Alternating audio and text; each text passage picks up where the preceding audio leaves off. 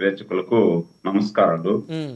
ఇప్పుడు వాళ్ళు ఆ విధంగా మాట్లాడకుండా ఇంకేం మాట్లాడతారు సార్? హ్మ్. మేము దొంగలు, మేము దోపిడీదారులు, మేము దొంగలించిన 3,500 కోట్లు, అందుకే హ్మ్. మమ్మల్ని అరెస్ట్ చేశారు అని దొంగ ఎప్పుడైనా చెప్తాడా? హ్మ్. ఒక దొంగను అరెస్ట్ చేస్తే హ్మ్. దొంగ ఏం చెప్తాడు సార్? నేను నేను జైల్లోకి చేయలేదు, పోయిన నాకు తర్వాత సంబంధం లేదు అని అని మామూలుగా చెప్తాడు. అంటే మీరిక్కడ అంటే ఎవరిని దొంగ అంటున్నారు? జైల్లోకి పోయిన తర్వాత ఏం చెప్తాడంటే దొంగ, హ్మ్. పిక్ ప్యాకెట్ కొట్టినోడైనా బడా దొంగ అయినా అరెస్ట్ చేసినప్పుడు ఏం చెప్తాడు అంటే, అయ్యో నాకేమీ తెలియదు, నేను నంగనాచి తుంగబుర్రా, నాకు ఆ పాపమే తెలియదు, హ్మ్.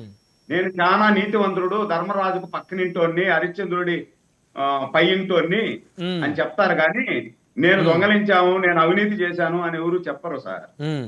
కాబట్టి నేనేమంటానంటే, ఇందాక శేఖర్ రెడ్డి గారు చెప్పారు 53వ పేజీ 52వ పేజీ చెప్పాడు. హ్మ్. అదే దాంట్లో 305 పేజీల ఛార్జ్ షీట్ లోనే హ్మ్. 102 పేజీలో నేను చదివా.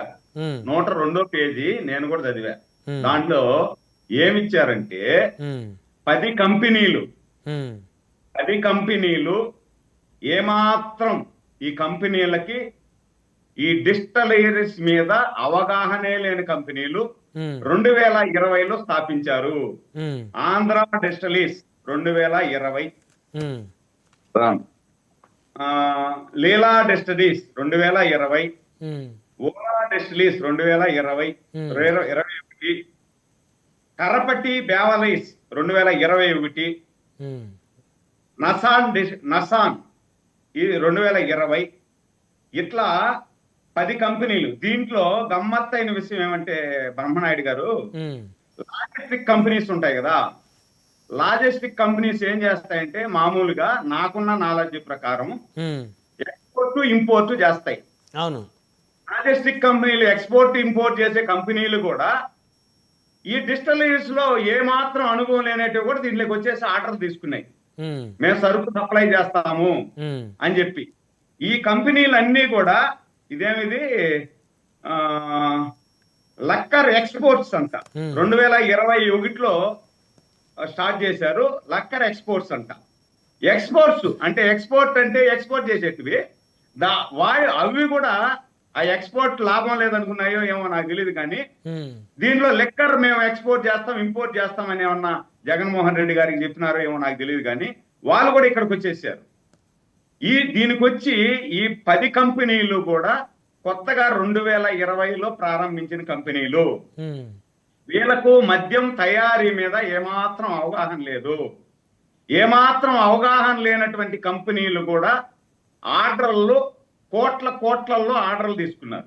హ్మ్. వీళ్ళందరూ కూడా ఒప్పందం ఏమంటే బ్రహ్మనాయుడు గారు, మొట్టమొదట వీళ్ళు ఏం చేశారంటే 12% ఒప్పందం కుదుర్చుకున్నారు. హ్మ్. దాని తర్వాత ఈ సజ్జల రామకృష్ణారెడ్డి సకల శాఖ మంత్రి వీళ్ళ ఆధ్వర్యంలో ఎవరైతే ఈ కసిరెడ్డి రాజశేఖర్ రెడ్డి ఉన్నాడో, హ్మ్. ఆ కసిరెడ్డి రాజశేఖర్ రెడ్డి వేరే ఒక దాంట్లో పనిచేస్తూ ఉంటే ఎక్స్పీరియన్స్ ఉండి, భలే ఎక్స్పీరియన్స్ ఉంది ఇతనికి, ఈ ఎక్స్పీరియన్స్ పర్సన్ కానీ మనం ఇక్కడికి తీసుకొచ్చుకుంటే ఈ లిక్కర్ లో మనకు ఇంకా బాగా కలెక్షన్లు తీయిస్తారు అని చెప్పి అతను అపాయింట్ చేసుకున్నాక హ్మ్. ఆ 12% కాస్త 20% చేశాడు ఆయన. ఓహ్! 20% చేసి వీళ్ళు ఏం చేశారంటే సార్, ఇదే ఇప్పుడు ఏం చేస్తారంటే వీళ్ళు, ఇప్పుడు శేఖర్ రెడ్డి కూడా మా బ్రదరు చాలా నీట్ గా చెప్పారు. అంటే ఇది ఎవరైనా కొత్త వాళ్ళు కానీ వింటే హ్మ్. ఎవరు అబ్బా ఎంత అన్యాయం అబ్బా, హ్మ్. ఎంత అన్యాయంగా అరెస్ట్ చేసినారా నాయన, అయ్యో ఏమీ లేదు అంటారు. అంత క్లియర్ గా అఫ్సియల్ స్పోక్స్ పర్సన్ ఏ విధంగా నిష్ణాతుడైన అఫ్సియల్ స్పోక్స్ పర్సన్ ఏ విధంగా చెప్పారో ఆ విధంగా మా అంటే శేఖర్ రెడ్డి బేసిక్‌గా గారు ఆ చెప్పారు. విధమైన స్కిల్స్ ఉంటేనే కదా ఏ పార్టీకి ఆ పార్టీ వారికి స్పోక్స్ పర్సన్స్ ఇచ్చేది సార్. అదే ఆ విధంగా చెప్పారు. హ్మ్. దాంట్లో నేనేమంటానంటే, హ్మ్. ఇప్పుడు మద్య నిషేధం వీళ్ళు పార్టీ హ్మ్. అధికారం లేక రావడమే మద్య నిషేధం పేరు చెప్పి 2024లో నేను ఎన్నికలకు వచ్చేటప్పటికి మద్య నిషేధం చేసే నేను ఓటు అడగతా, మద్య నిషేధం చేయకపోతే ఓటే అడగను, అమ్మ తోడు అని చెప్పి జగన్మోహన్ రెడ్డి గారు చెప్పారు. అవును. 2024లో ఏ నిషేధం చేసి అడిగాడు సార్?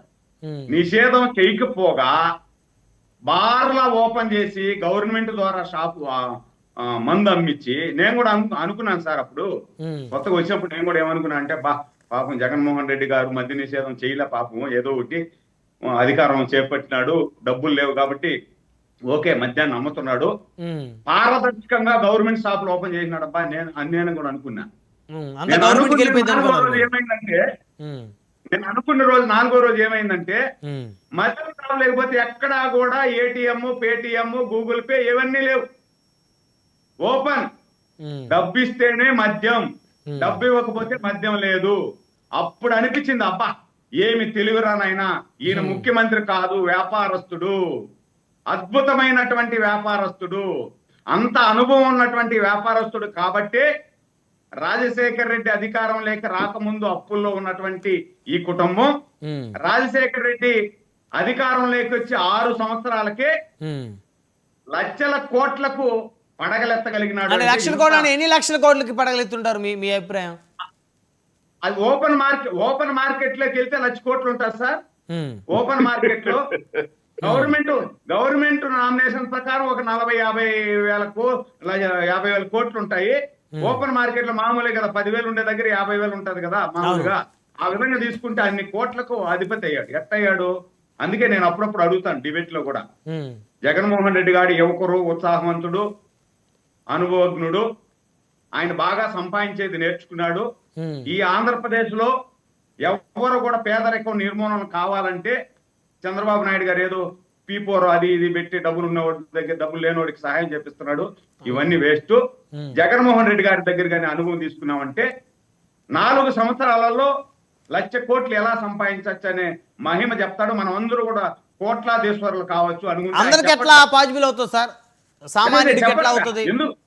ఆయన చెప్పట్లేదు బ్రహ్మనాయుడు గారు. అందుకే నేను చెప్పట్లేదు. ఎందుకు చెప్పట్లేదు అంటే అధికారం ఉంటే, చేతులు పెద్ద పెద్ద పదవులు ఉంటే, అధికారాలు ఉంటే ఏమన్నా మీరు చెప్పినట్టు ఏదైనా సంపాదనకి ఏదైనా అవకాశం ఉంటుంది కానీ సామాన్యుడికి చెప్తే వాళ్ళు ఏం చేయగలుగుతారు? సామాన్యుడికి చెప్పినా అంత రహస్యం చెప్తే అన్ని కోట్లు సంపాదించుకోలేకపోయినా ఒక 10-15 కోట్లు సంపాదించుకుంటాడు, రాష్ట్ర అభివృద్ధిలో పాలు పంచుకుంటారు కదా. కానీ అది చెప్పట్లేదు మా జగన్మోహన్ రెడ్డి గారు. అదే నాకు కూడా బాధ. కాబట్టి నేనేమంటానంటే ఇలాంటి కంపెనీల పేర్లు చెప్పి గవర్నమెంట్ మద్యం షాపుల పేరుతో ప్రజా ధనాన్ని లూటీ చేసేసారు. ఇదంతా ఒక పక్క అయితే వీళ్ళు చేసిన బ్రాండ్లన్నీ కూడా ఇందాక శేఖర్ రెడ్డి క్లియర్ గా చెప్పేశాడు. 2014 నుండి 2019 వరకు శేఖర్ రెడ్డి గారు చెప్పిన బ్రాండ్లు ఏ బ్రాండ్ అయినా మార్కెట్ లో ఉందా?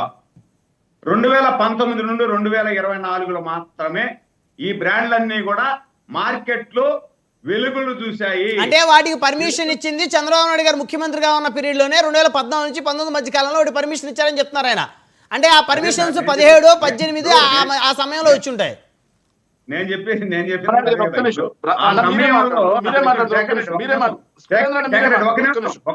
మాట్లాడుతున్నారు శేఖర్ రెడ్డి గారు. మళ్ళీ వస్తాను, ఆగండి, మళ్ళీ డిస్టర్బ్ అవుతుంది. చిన్న సబ్మిషన్ సురేంద్ర మీరే మాట్లాడుతున్నారు. చిన్న submission sir. April 24, 2019 sir Chandrababu Naidu garu దిగిపోక కేవలం నెల రోజుల ముందు sir president medal, governor reserve, భూము వీటన్నిటికీ సంతకం పెట్టింది ఎక్సైజ్ శాఖ మంత్రిగా ఉన్నటువంటి ముఖేష్ కుమార్ మీనా గారు. ఆపద్ధర్మ ముఖ్యమంత్రిగా చంద్రబాబు నాయుడు గారు ఉన్నారు. ఆగండి శేఖర్ రెడ్డి గారు, ఆగండి. సో అంటే అవి వాటిని కొనసాగించారు సురేంద్ర నాయుడు గారు. ఇప్పుడు అదే సార్, ఇప్పుడు నేనేమంటానంటే ఓకే అది కూడా నిజమే అనుకున్నాం సార్. మరి మీరు అధికారం లేకొచ్చింది ఏమని పేరు చెప్పి అధికారం వచ్చారు సార్? మద్య నిషేధం చేస్తామన్నారు కదా. మరి మద్యని పూర్తిగా క్యాన్సిల్ చేసి ఉండొచ్చు కదా. క్యాన్సిల్ ఎందుకు చేయలేదు అంటే మీరు ప్రజా వేదికను మాత్రం చంద్రబాబు నాయుడు కడితే కూలగొట్టేశారు. అమరావతి కడితే అమరావతిని కట్టడం